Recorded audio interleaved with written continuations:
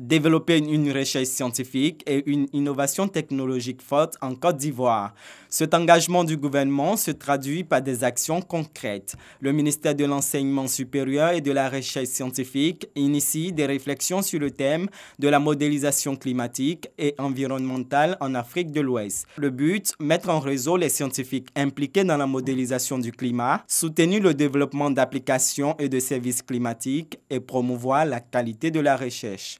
Le supercalculateur logé au Centre national de calcul va permettre de faire des simulations numériques dans des domaines variés.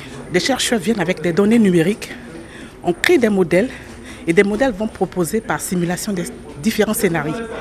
En fonction d'un phénomène complexe soit-il, le supercalculateur nous dira comment pourrait évoluer ce phénomène, en sorte que, selon les différentes évolutions possibles du phénomène, on puisse être dans une attitude soit d'alerte, mais surtout de prévention.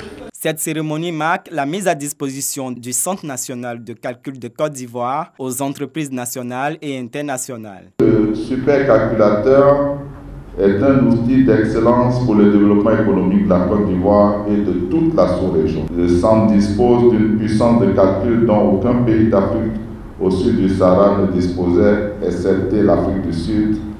L'ambition affichée est de permettre à notre pays et à toute la sous-région de développer un écosystème de référence en matière de simulation numérique. Si vous n'avez pas un appareil qui est suffisamment costaud, suffisamment puissant pour faire ces calculs-là, mais vous allez y mettre un temps fou. D'abord, même l'ordinateur ne sera pas capable de faire les calculs. Et s'il y arrive, mais vous allez mettre des mois et des mois pour avoir vos résultats. C'est là que le supercalculateur devient important pour nous parce que ça nous permet de faire des calculs vite et avoir nos résultats à temps. La modélisation climatique permet de comprendre le fonctionnement de la planète et les changements climatiques afin de prévoir l'évolution des phénomènes liés à la météo. Faire gagner les entreprises ivoiriennes à l'international, renforcer l'attractivité de la Côte d'Ivoire en matière d'investissement privé. Telle est la mission que s'est assignée le groupe de travail Côte d'Ivoire Global. On a eu des résultats remarquables en termes d'attraction de l'investissement, mais aujourd'hui, l'investisseur a des choix. Il a des choix en Afrique, il a des choix dans le monde. Donc, il faut, comme un client, le fidéliser. Le ministre des Affaires étrangères, Marcel Amontano, invité à cette session, a indiqué que la Côte d'Ivoire a entrepris plusieurs réformes pour permettre au secteur privé d'évoluer dans un climat des affaires paisible. Au-delà de la volonté politique, c'est un ensemble de stratégies à travers une coopération diplomatique accrue, tant bilatérale que multilatérale, que la Côte d'Ivoire s'est engagée à mettre en œuvre. Des échanges francs entre le ministre et les hommes d'affaires qui n'ont pas manqué de relever les difficultés qu'ils rencontrent dans leur conquête des pays étrangers. Tout en leur réitérant l'appui de son ministère, Marcel Amontano a lancé un appel aux pays partenaires commerciaux de la Côte d'Ivoire. Rappelons que les investissements directs étrangers en Côte d'Ivoire se sont élevés à 356 milliards de francs CFA au cours de l'année 2018. «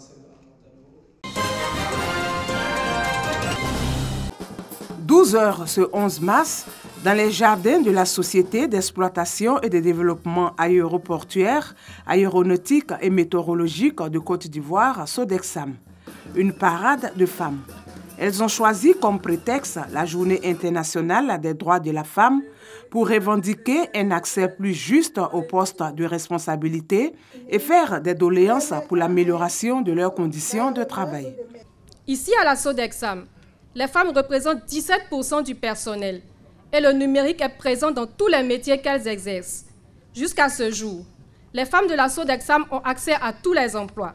Toutefois, beaucoup reste à faire, tels que la revalorisation de la grille salariale, la mise en œuvre des plans de formation continue pour tous les corps de métier. Positionner la femme selon son mérite, une priorité pour le directeur général de la Sodexam. Jean-Louis Moulot entend impulser une nouvelle dynamique de travail à travers la mise en place d'une politique sociale améliorée. Je veux prendre ici l'engagement devant vous ce matin, mesdames, de renforcer dans les 3 prochains mois la présence des femmes à des postes de responsabilité à la Sodexam. Je voudrais, mesdames, vous informer de la mise en place, dès le mois d'avril prochain, d'un plan d'amélioration des conditions de vie et de travail, en abrégé PACTE, au sein de la Sodexam qui va consister à améliorer l'environnement de travail des agents.